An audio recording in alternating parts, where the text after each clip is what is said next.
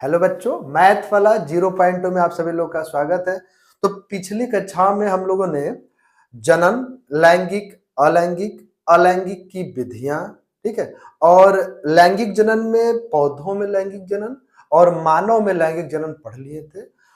हम लोगों ने पिछले क्लास में जनसंख्या विस्फोट पे बात करके छोड़ा था कि जनसंख्या जैसे बढ़ रहा है इतना, तो उसको कैसे कंट्रोल किया जाए, और उसके बारे में लोगों को बताएं कि यदि 2 या 2 से अधिक बच्चे अगर हो जाएंगे तो भाई उनको शिक्षा व्यवस्था में दिक्कत होगी, खाने पीने में दिक्कत होगी, पढ़ने लिखने में। तो ये सब चीजें लोगों को जागरूक करना। तो आज हम लोग को वही पढ़ना है कि परिवार नियोजन के लिए गर्भनिरोधक विधियां, यानी जनसंख्या क्या है, जनसंख्या विस्फोट। तो जनसंख्या विस्फोट को रोकेंगे हम लोग। कैसे रोकेंगे भाई? जनसंख्या कम करना होगा। तो उसके लिए क्या करना पड़ता है? ही परिवार नियोजन यानी फैमिली प्लानिंग के बारे में बताएंगे। जैसे किसी का शादी होता है तो क्या सोचता है कि पहले हम लोग सेटल हो जाएं अच्छे से, कि मतलब कि उसके बाद बच्चे करें। तो वही परिवार नियोजन में वही करना है आपको कि परिवार नियोजन के लिए यानी फैमिली प्लानिंग के लिए गर्भ निरोधक विधियों का प्रयोग किया जाता है। एक गर्भ निरोधक विधियां क्या है, तो इसी के बारे में आज हम लोग पढ़ेंगे। तो देखते हैं, ठीक, आइए सबसे पहले जान लीजिए जनसंख्या क्या है, फिर जनसंख्या विस्फोट। देखिए जनसंख्या, तो आज की क्लास में हम लोग क्या पढ़ेंगे उसको बताते हैं आप लोग को। जनसंख्या क्या होता है, फिर दूसरे नंबर पढ़ेंगे जनसंख्या विस्फोट क्या है, जनसंख्या विस्फोट क्या है, और जनसंख्या विस्फोट होगा तो उससे क्या क्या दिक्कतें आएंगी उसके बारे में। इसका भी जनसंख्या विस्फोट को कम कैसे करें, तो उसके लिए हम लोग पढ़ते हैं भाई परिवार नियोजन। परिवार नियोजन, नियोजन जिसको इंग्लिश में कहते हैं फैमिली प्लानिंग। देखिए हिंदी में थोड़ा परिवार नियोजन अजीब, लेकिन फैमिली प्लानिंग सब लोग जानते हैं कि फैमिली प्लानिंग करना है भाई, फैमिली प्लान, ठीक। तो परिवार नियोजन पढ़ेंगे तीसरे नंबर पे। फिर इसके बाद परिवार नियोजन की अनेक विधियां होती हैं परिवार नियोजन के लिए, जिसको हम लोग कहते हैं भाई गर्भ निरोधक विधियां। क्या कहते हैं? गर्भ निरोधक विधियां, ठीक, जिसको इंग्लिश में कहते हैं कंट्रासेप्टिव मेथड। कंट्रासेप्टिव मेथड, ये चार बात आज हम आपको पढ़ाएंगे। तो जिसमें सबसे पहला देखते हैं जनसंख्या। जनसंख्या कहते हैं भाई पॉपुलेशन। पॉपुलेशन, जनसंख्या विस्फोट होता है पॉपुलेशन एक्सप्लोजन।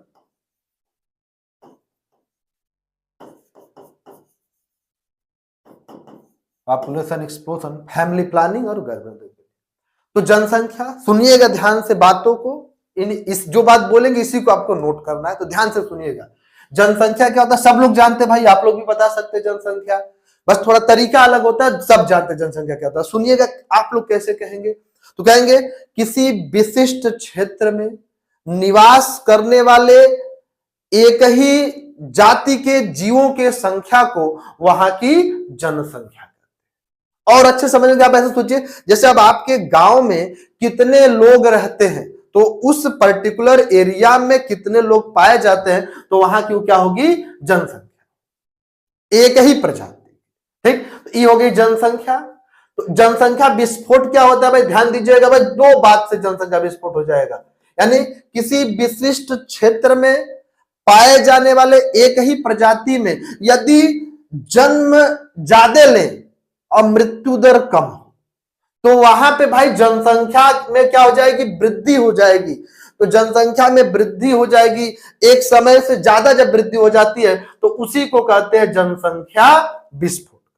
क्या कहते हैं? जनसंख्या विस्फोट, ठीक है। तो जनसंख्या क्या होता है आप लोग समझ गए। क्या बताएं? एक ही क्षेत्र में पाए जाने वाले एक ही जाति के जीवों के या प्रजातियों के संख्या को वहां की जनसंख्या, ठीक। जनसंख्या विस्फोट में क्या लिखेंगे भाई? लिखेंगे कि एक ही क्षेत्र में पाए जाने वाले जीवों में यदि जन्म दर ज्यादा हो जाए मृत्यु दर कम हो, तो वहां पे क्या होगा? जनसंख्या विस्फोट। जनसंख्या विस्फोट दो बात क्या कहेंगे? कहेंगे कि जन्म दर अधिक हो जाए और मृत्यु दर कम हो जाए। तो जन्म दर जब ज्यादा हो जाएगा तो वहां की जनसंख्या क्या हो जाएगी भाई? बढ़ जाएगी। और जनसंख्या बढ़ जाती है तो उसी को जनसंख्या विस्फोट। तो जनसंख्या विस्फोट यदि हो जाएगा तो कई तरह की समस्या आएगी भाई।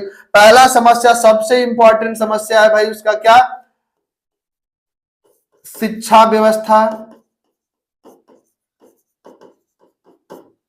दूसरा है लालन पालन।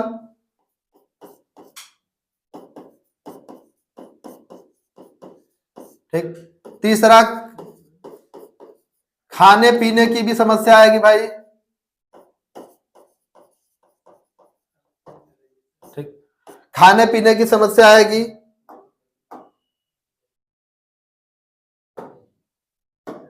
ठीक, तो शिक्षा, ये सब समस्या आएगी। ठीक, तो इससे वो लोग ना झेले उसके लिए हम लोग क्या करेंगे भाई कि लोगों को बताएंगे कि कैसे भाई आप क्या करें। तो लोगों को बताएंगे किसके बारे में, परिवार नियोजन के बारे में। तब देखिए एक के बाद एक हेडिंग आ रही, पहले जनसंख्या पढ़े, तब जनसंख्या विस्फोट आया, फिर जनसंख्या, अब जनसंख्या को नियंत्रित करने के बारे में पढ़ा, लेकिन आप लोगों के लिए नहीं, वो आगे चलेंगे तब। भाई इसी को क्या कर दीजिए, बराबर कर दीजिए, यानी कि जनता जो ज्यादा हो रहा है उसको एक अप्रॉक्स में लगभग हो। जैसे भाई होता है हर गांव में, मरते हैं 20 लोग तो पैदा भी होते हैं 25 लोग, वही ज्यादा हो रहा है ना। अगर मरे एक लगभग समान, पैदा समान हो तो लगभग सही चलेगा, लेकिन वो बढ़ जाता। तो इसके लिए भाई आपको रहने की भी समस्या आएगी। देखिए रहने की भी समस्या आएगी, या इसीलिए देखिए घर बन जा रहे, घर मनमान बन रहे, तो घर बनने के लिए क्या करते हैं लोग, पेड़ पौधों को काट रहे हैं। पेड़ पौधे को काट रहे हैं तो भाई प्रदूषण बढ़ रहा है। प्रदूषण देखे थे इस साल का टेम्परेचर कितना ज्यादा था आप लोग के यहाँ पे, इसी सब का देन है। ठीक है, तो इसके लिए क्या करना पड़ेगा भाई, लोगों को परिवार नियोजन के बारे में बताना पड़ेगा। तो परिवार नियोजन क्या होता है भाई, कि सोच समझ करके कि कितने बच्चे हमको चाहिए, जितना हमारा इनकम रहे उसी के अनुसार काम करो। तो परिवार नियोजन के लिए हम लोग क्या देखते हैं, परिवार नियोजन की विभिन्न विधियां, जिसमें आती है गर्भनिरोधक विधियां। अब बहुत इंपॉर्टेंट है, ठीक है, बहुत इंपॉर्टेंट है। ठीक, अभी इस क्लास के बाद एक क्लास में हम 2025, 24, 23 में जितने पिछले सालों में क्वेश्चन पूछे गए इस चैप्टर से, सबको एक साथ यहाँ पे आपको सामने डिस्कस करेंगे। तो गर्भनिरोधक विधियां जो 2025 यानी यूपी बोर्ड 2025 में आपके जो क्वेश्चन पूछा गया था, सीधे पूछ दिया था कि किन्हीं 2 गर्भ निरोधक विधियों के नाम लिखिए। सीधे इतना दे दिया था, एक बार ये पूछ दिया था सीधे ऐसे गर्भ निरोधक विधियां। और 25 में ही जो पीछे हम पढ़ा चुके हैं भाई, नर जनन तंत्र और मादा जनन तंत्र, 25 में, क्योंकि 7 सेट में पेपर होता है और इसका जो हर सेट का रिकॉर्ड है लगभग 7 नंबर का। 7 नंबर में भी 2 क्वेश्चन हमेशा ऑप्शन वाले में आ रहे हैं और एक को 4 नंबर, एक आध बार एक ऑप्शन देके एक 6 नंबर का लाग देता है। यही इसका पूरा, तो हम आपको दिखाएंगे भी। तो गर्भनिरोधक सबसे इंपॉर्टेंट बात है भाई, वेरी वेरी वेरी इंपॉर्टेंट। तो गर्भनिरोधक विधियां क्या है, इसी के बारे में बात करते हैं। चलिए आगे देखते हैं गर्भ निरोधक विधियां। गर्भ निरोधक विधियां, कंट्रासेप्टिव मेथड, जो कि पीछे आपको बता दिए। तो देखिएगा क्या है गर्भनिरोधक विधियां भाई, ध्यान से सुनिए। ठीक है भाई, जनसंख्या विस्फोट हो कह रहा है, यानी कि जन्म दर ज्यादा हो रहा है। यदि ऐसी जन्म दर, यानी जन्म दर को यदि हम रोक दें तो क्या हो जाएगा भाई, जनसंख्या बढ़ेगा नहीं। अच्छा, वो भी कैसे होता है तो आपको पता है, गर्भधारण। गर्भधारण मतलब क्या होता है भाई, गर्भधारण। गर्भधारण को इंग्लिश में कहते हैं भाई प्रेगनेंसी। क्या है, प्रेगनेंसी। प्रेगनेंसी समझते हैं सब लोग भाई, 9 महीने, यानी गर्भधारण को ही यदि रोक दिया जाए तो एक वर्ड में यदि आपसे पूछे कि गर्भनिरोधक की विधियां किसे कहते हैं तो आप क्या कहेंगे, गर्भधारण को रोकना ही क्या कहलाता है, गर्भ निरोधक विधियां। ऐसी विधि जिसके द्वारा हम लोग गर्भ धारण को रोक दे, यानी प्रेगनेंसी ना हो। प्रेगनेंसी को रोकने का मतलब किसको रोकना है भाई, आपको निषेचन ना हो। क्या ना हो, निषेचन ना हो। यदि निषेचन नहीं होगा, फर्टिलाइजेशन नहीं होगा, यानी नर और मादा से यदि नहीं मिलेगा तो आपका क्या होगा भाई, गर्भधारण नहीं होगा। ठीक है, तो यह है गर्भ निरोधक।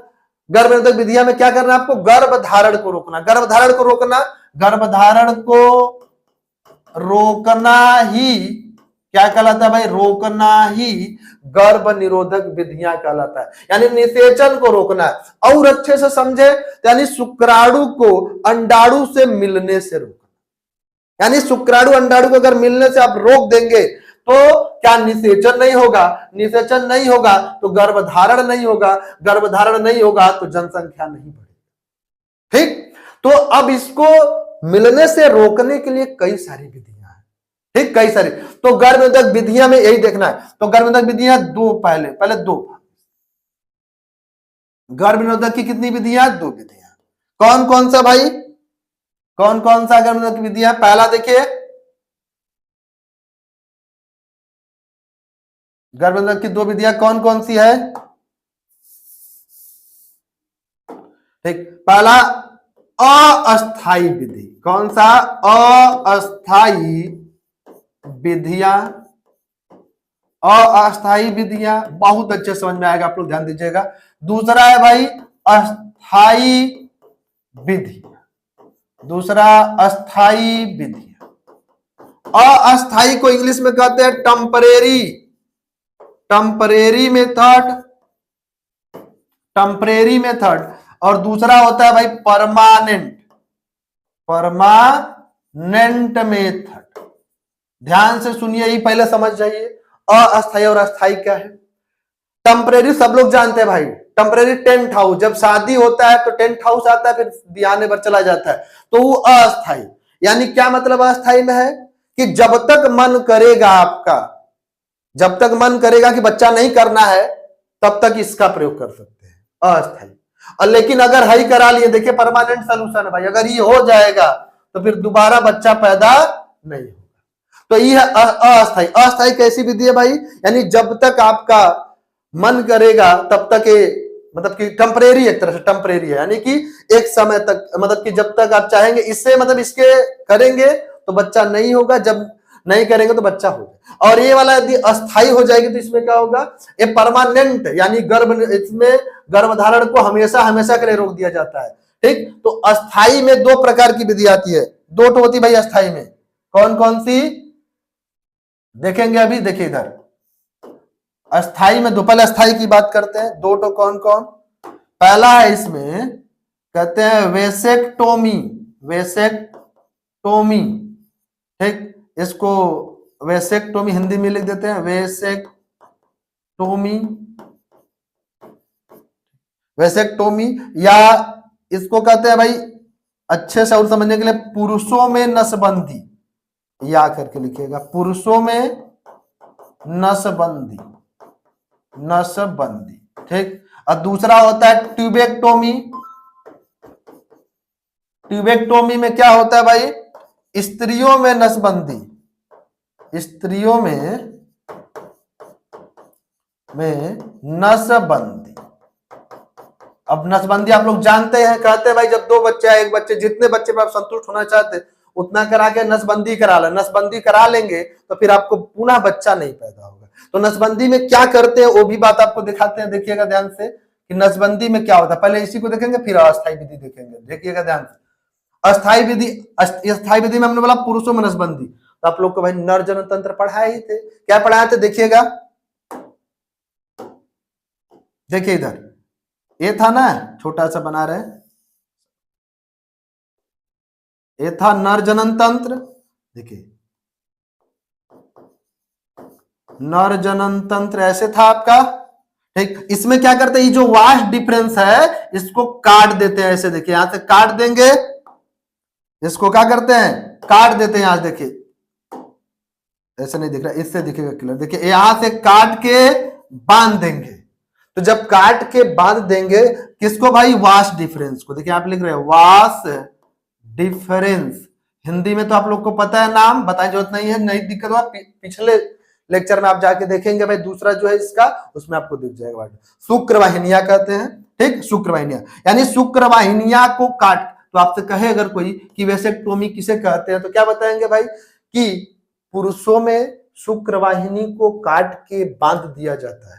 तो जब बांध दिया जाएगा, देखो क्या होगा भाई, यहां से स्पर्म निकलेगा तो जा पाएगा आगे यहां तक, जब यहाँ ना जाएगा तो फीमेल में वो पहुंच नहीं पाएगा। जब नहीं पहुंचेगा तो निषेचन की बात है, छोड़ दीजिए। निषेचन नहीं होगा तो फिर गर्भधारण भी नहीं होगा। तो ये है वैसेक्टोमी। कौन सी विधि है? अस्थायी, यानी हमेशा हमेशा एक बार करा लेंगे तो फिर आपका दोबारा बच्चा नहीं। अच्छा, ट्यूबेक्टोमी में क्या है?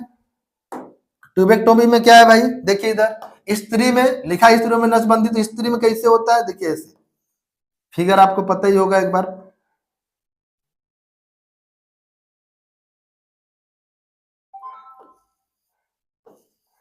इसमें था ना ये आपका,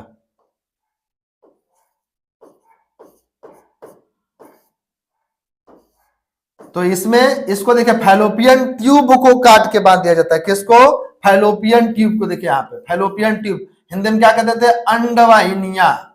अंडवाहिनिया को काट के बांध दिया जाएगा तो क्या होगा भाई? अंडाणु यहां से निकलेगा जरूर, लेकिन कहां पहुंच नहीं पाएगा, तो निषेचन नहीं होगा। ठीक है, तो ये हो गया आपका क्या? अस्थाई विधि। दोनों समझ में आया? फिर से एक बार, अस्थाई यानी परमानेंट सोल्यूशन है, यानी ये यदि हो जाएगा तो आप पुनः भाई गर्भधारण नहीं कर सकते। गर्भधारण नहीं कर पाएंगे तो बच्चे पैदा नहीं। आइए अस्थाई देखते हैं। अस्थाई विधियां देखिएगा। अस्थाई में क्या था आपका? कई विधि होती है इसमें अस्थाई में। देखिए कौन कौन सी, सबको एक साथ डिस्कस करेंगे यहाँ पे। पहला विधि होता है भाई नेचुरल मेथड। कौन सा? नेचुरल हिंदी में कहते हैं प्राकृतिक। इतना ज्यादा 10 वालों को नहीं पढ़ना है भाई, बस नाम ले रहे, ध्यान से सुन लीजिए थोड़े।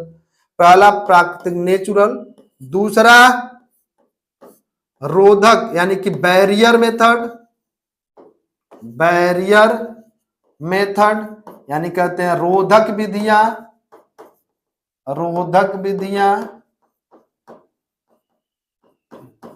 रोधक विधियां। तीसरा है केमिकल मेथड। केमिकल मेथड या बोल सकते हैं इसको मेडिसिनल या हार्मोनल, सब एक का नाम से समझिएगा इसको, हार्मोनल। ठीक, एक और होता है भाई जिसको कहते हैं आईयूडी। आईयूडी का पूरा नाम जरूर लिखिए, intra uterine device. Intra uterine device Hindi में कहते हैं भाई अंतः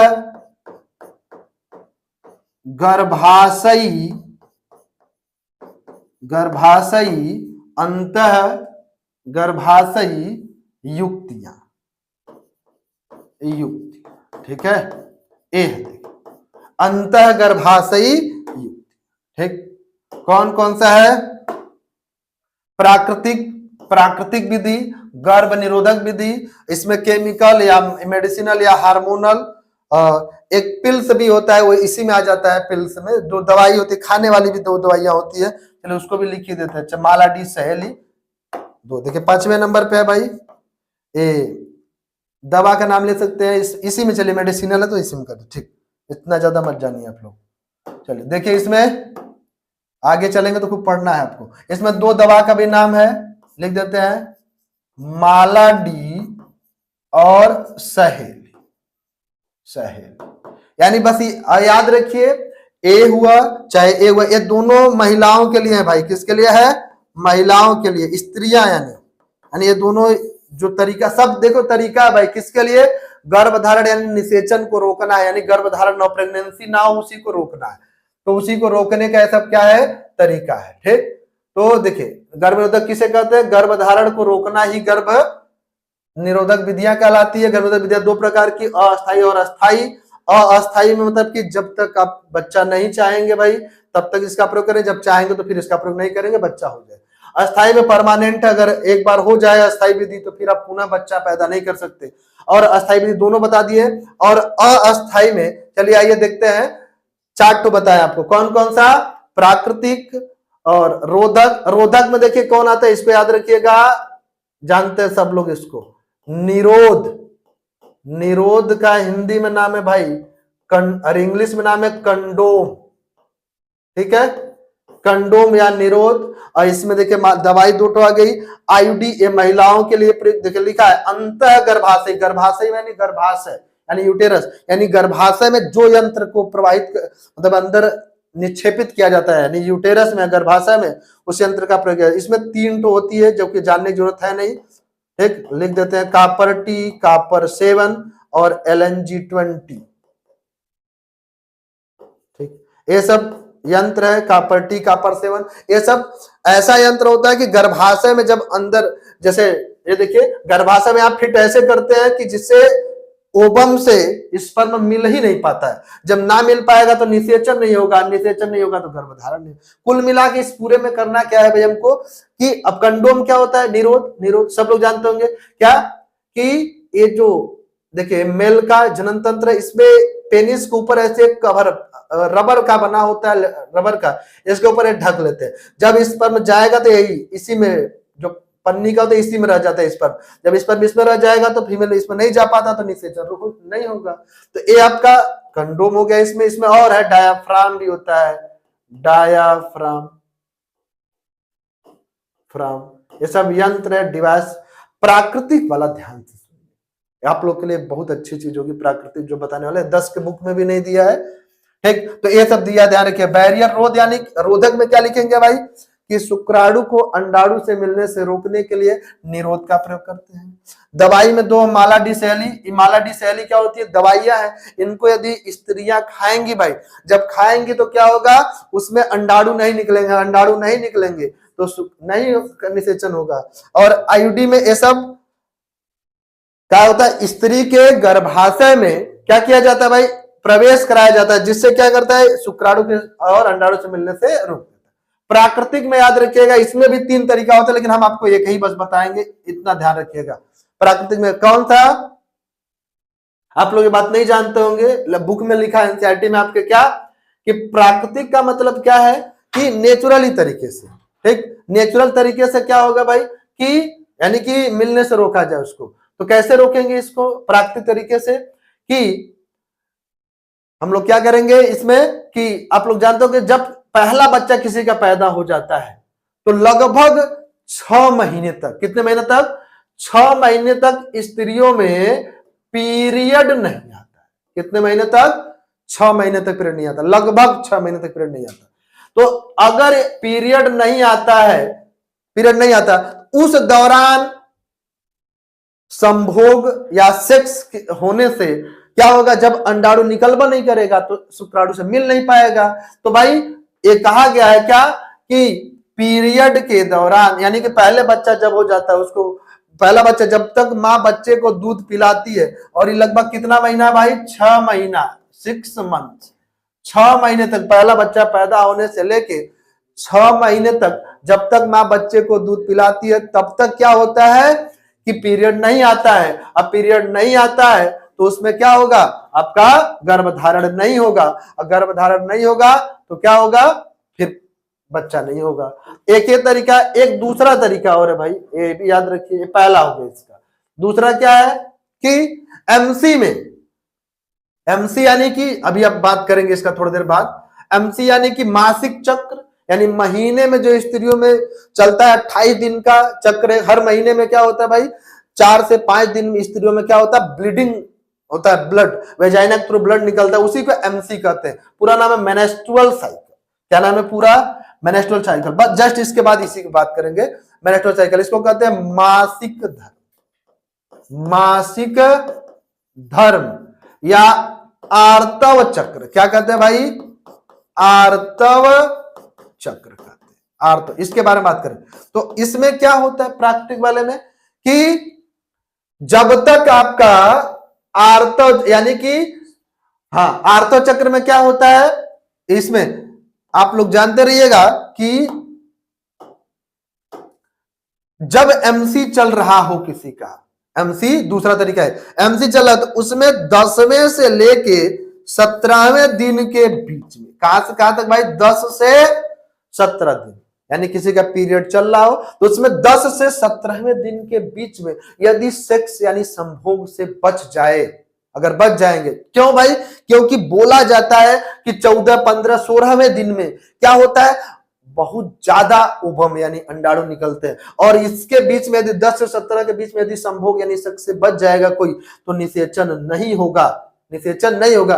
और निषेचन नहीं होगा तो भाई गर्भधारण नहीं होगा, और गर्भधारण नहीं होगा तो क्या हो जाएगा, बच्चा नहीं होगा। तो ये सब तरीका था भाई, क्या था, ये सब तरीका था किसके लिए, कि कैसे हम लोग, ये सब तरीका था कि कैसे हम लोग निषेचन ना हो यानी गर्भधारण ना हो, उसके लिए हम लोग पढ़े गर्भ निरोधक विधियां। ठीक है, चलिए थोड़ा सा आपको पढ़ना भी है भाई कि मासिक धर्म या आर्तव चक्र क्या है, तो इसके बारे में देखते हैं, चलिए आगे। ठीक, मासिक धर्म या आर्तव चक्र।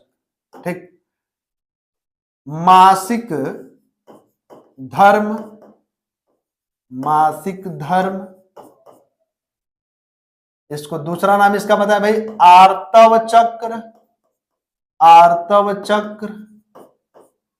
एक और नाम याद रखिए आर्तव चक्र, एमसी साइट में कहते हैं इसको। ठीक है, और कहते हैं इंग्लिश में एक ही वर्ड होता है भाई मेनेस्ट्रुएशन या मेनेस्ट्रुअल साइकिल। ठीक, चलिए इसी पे बात करने वाले हम लोग भाई, मेनेस्ट्रुअल साइकिल। ठीक, मेनेस्ट्रुअल साइकिल, आर्तव चक्र। और ठीक, ध्यान रखिएगा क्या होता है मेनेस्ट्रुअल चक्र। तो अभी आपको पता है कि स्त्रियों में, पहला बात याद रखिए, बहुत सारे बच्चों को जब कभी कभी अगर क्लास पढ़ाते रहे उसमें कहते हैं मासिक धर्म पढ़ाते, अगर बच्चा एकदम अनजान है तो कई बार क्वेश्चन कर देता सर हम लोग भी होता है मासिक चक्र, तो नहीं, ये बात ध्यान रखिएगा, केवल एमसी यानी केवल कहां पे होता है भाई, फीमेल में। देखिए फीमेल का ऐसे बनाया कि बताया था, केवल फीमेल में होता है। और एक कितना दिन तक होता है भाई, 4 से 5 दिन, किसी में 4 से 7 दिन, ऐसे ही लगभग रहता है, 3-4 दिन बाद खत्म। और ये हर महीने में आएगा, जैसे एक महीने में किसी का है 20 तारीख को, तो अगले महीने में भी 20 तारीख का है, फिक्स नहीं है कि 20 को है, 21 को, 22 को, 23 को है, तो हर महीने में आता है और 4 से 5 दिन तक रहता है। इसमें क्या होता है भाई, वेजाइना में, अच्छा फिर देखिए यहाँ पे वेजाइना में ये देखिए यहाँ पे एक लेयर होता है, एक गर्भाशय बताया, गर्भाशय के यहाँ पे एक दीवार होती है, इस दीवार को कहते हैं भाई इंडोमेट्रियम। क्या कहते हैं, इंडोमेट्रियम, इसको कहते हैं इंडोमेट्रियम। चलिए इंडोमेट्रियम याद रखिए, इंडोमेट्रियम कहते हैं। ये दीवार क्या होती है, जब यानी कि जब पीरियड चलता है तो ये दीवार कैसे धीरे धीरे स्वेलिंग करती है, सूज जाती है, और इसमें ब्लड होता है, ब्लड रहता है, ब्लड। और यही दीवार क्या होता है, कट करके क्या होता है, यही वेजाइना के थ्रू बाहर निकलता है ब्लड के साथ म्यूकस। इसी को कहते हैं भाई पीरियड, पीरियड भी कहते हैं साइड में, पीरियड। ठीक, तो क्या कहेंगे, इंडोमेट्रियम की दीवार, ठीक है, म्यूकस और ब्लड के साथ क्या योनि के रास्ते से बाहर निकलती है, तो वही क्या कहलाती है आपकी भाई पीरियड। यानी कि कितने दिन तक का होता है, पूछता है भाई 28 से 29 दिन। इसको मंथली साइकिल भी कहते हैं। मंथली साइकिल क्यों कहते हैं, क्योंकि महीने में एक बार होता है भाई, 4 से 5 दिन तक होता है, उसमें ब्लीडिंग। इतना याद रखना। एक चीज और याद रखना भाई, ये शुरुआत कब होता है, लड़कियों में शुरू कब होता है, लड़कियों में शुरू किस एज में, तो याद रखिएगा भाई ये पुबर्टी एज में शुरू होता है। अब पुबर्टी एज क्या होता है भाई, लगभग माना गया भाई 10 से लेकर के 13 वर्ष के बीच में लड़कियों में शुरू होता है। यानी किसी लड़की में कक्षा 6 से शुरू होता है, किसी में कक्षा 7 से, किसी में कक्षा 8 से, यानी उसी के समय से क्या होता है भाई, पीरियड आने शुरू हो जाते हैं। तो जब सबसे पहला बार, खूब पूछा है 2 वर्ड याद रखिए, सबसे पहली बार जब पीरियड आता है तो उसको भाई क्या कहते हैं, ध्यान दीजिएगा, उसको कहते हैं मेनार्च। क्या कहते हैं, मेनार्च। ठीक, मेनार्च पहला, जब सबसे पहला बार पीरियड आता है उसको मेनार्च, यानी फर्स्ट टाइम, कितने, वही पुबर्टी के समय में, मेनार्च। इसको कहते हैं हिंदी में भाई रजोदर्शन, रजोदर्शन, दर्शन भाई, दर्शन। ठीक है, रजो दर्शन। ठीक, रजो दर्शन क्या होता है, कहेंगे लड़कियों में या स्त्रियों में सबसे प्रथम बार जब एमसी यानी पीरियड आता है तो उसको हम क्या कहते हैं भाई, रजो दर्शन। ठीक है, क्या होगा, प्रथम बार पीरियड। ठीक, एमसी कब, कौन सा एज है, पुबर्टी यानी यौनारंभा कहते हैं हिंदी में भाई, यौनारंभा। ठीक, दूसरा बात देखिए क्या बोले, मतलब कि एक ऐसा भी समय होता है कि जब पीरियड नहीं आता है स्त्रियों में, उसको कहते हैं भाई मेनोपॉज।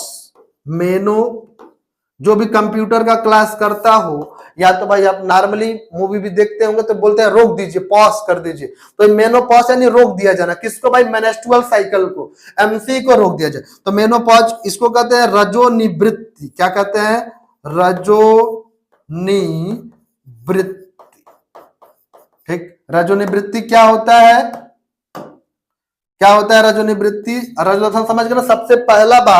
सबसे पहला बार आपका जब पीरियड आएगा तो उसे कहते हैं यौनारंभ, और जब खत्म हो जाएगा भाई किस समय में? तो ये लिखा गया लगभग 45 से 50 वर्ष की आयु में स्त्रियों में क्या होता है भाई? पीरियड नहीं आता है, और इसी को हम क्या कहते हैं? रजोनिवृत्ति। ठीक, कब आता है? तो याद रखिए 10 से 12 के उम्र के बीच में, 10। ठीक, तो क्या होता है एक बार फिर समझिए। देखिए इधर पूरा एक बार, फिर इसके बाद आगे चलते हैं। मासिक धर्म यानी मंथली साइकिल या आर्तव चक्र या एमसी या मेनेस्ट्रुअल साइकिल 4 से 5 दिन का होता है। इसका पूछता है मासिक चक्र कितने दिनों का होता है? 28 से 29 दिन होता है। ये कितने दिन तक रहता है स्त्रियों में भाई? 4 से 5 दिन तक रहता है। कब शुरू होता है? 10 से 12 या 13 ठीक उम्र में स्टार्ट होता है। रजो दर्शन क्या होता है? सबसे पहली बार जब पीरियड आता है उसे रजो दर्शन कहते हैं। कब आता है? पुबर्टी यौनारंभ में 10 से 12। अब जब ये खत्म हो जाता है उसे रजोनिवृत्ति। ठीक है, तो ये हो गया। एक चीज छूट गया था पिछले क्लास में, उसको देखते हैं थोड़े से समय में। और क्या है भाई? क्या छूटा हुआ था उसको? जैसे हमने एमसी देख लिया, इस तरह नर जनन तंत्र में एक चीज छूट गया था। क्या? शुक्राणु। ठीक, शुक्राणु। देखिए शुक्राणु, स्पर्म, ठीक है, स्पर्म को कहते हैं भाई शुक्राणु। ठीक, शुक्राणु के बारे में, शुक्राणु के बारे में है। ठीक, स्पर्म यानी शुक्राणु के संरचना पूछता है भाई। शुक्राणु की संरचना खूब पूछता है एक बार कि शुक्राणु की संरचना में क्या है। देखिए ऐसे बनाइएगा, आपके सामने बना रहे, ध्यान से देखेंगे तभी बना पाएंगे। अब पोछ जानते हैं कैसे बनाते हैं ना? हमेशा ऊपर से मोटा जैसे जैसे जाएगा पतला होते जाएगा। ठीक है, ये देखिए आपका है भाई शुक्राणु की संरचना का। ठीक,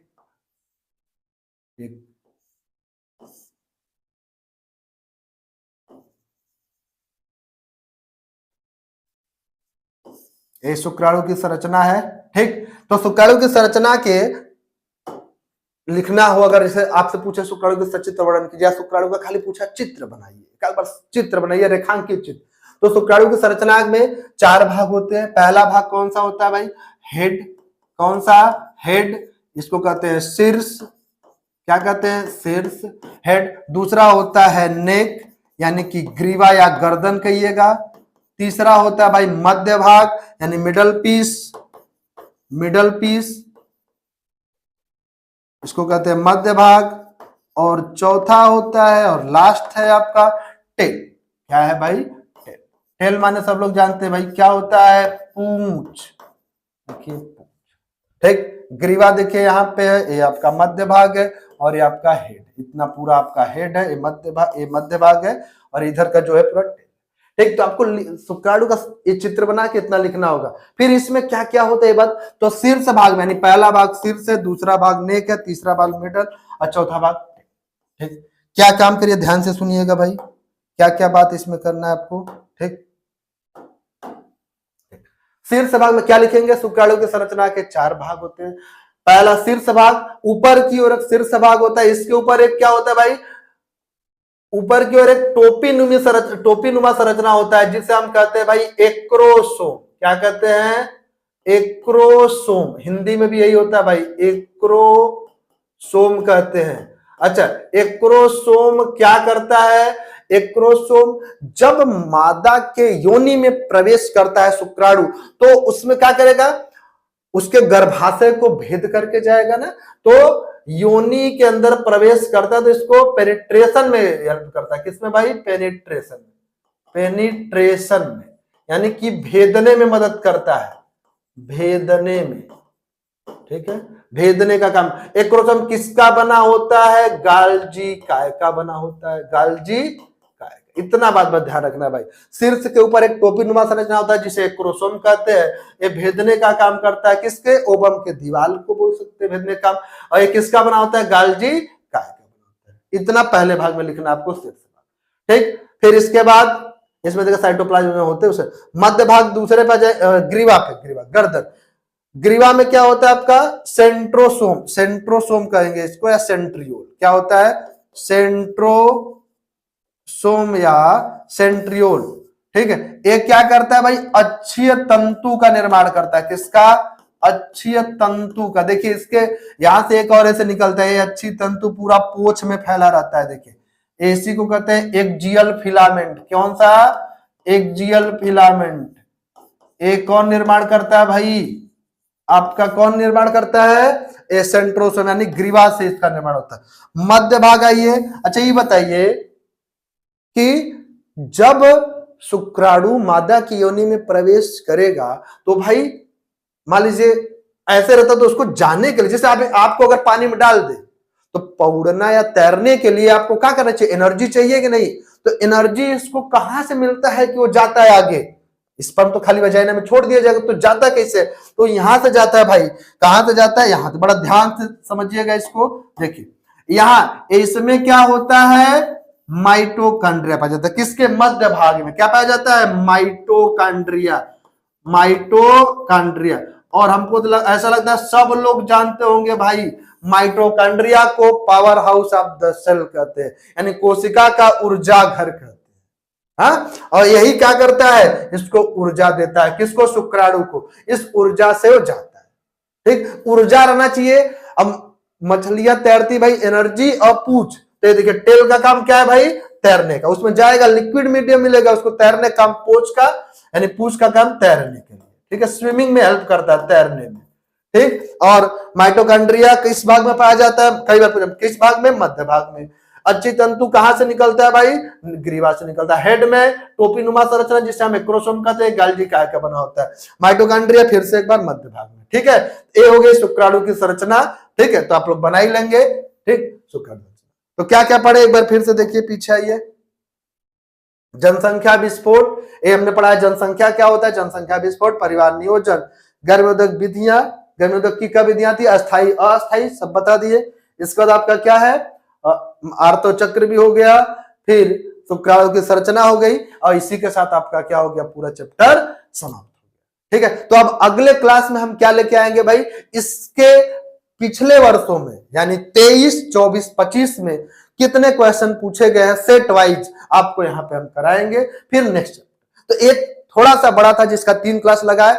आगे कई चैप्टर बहुत छोटे छोटे जिसका आधे आधे घंटे में पूरा हो जाएगा, ठीक है। तो आप सभी लोग को बहुत अच्छा लगा होगा। थैंक यू, मिलेंगे अगले क्लास में।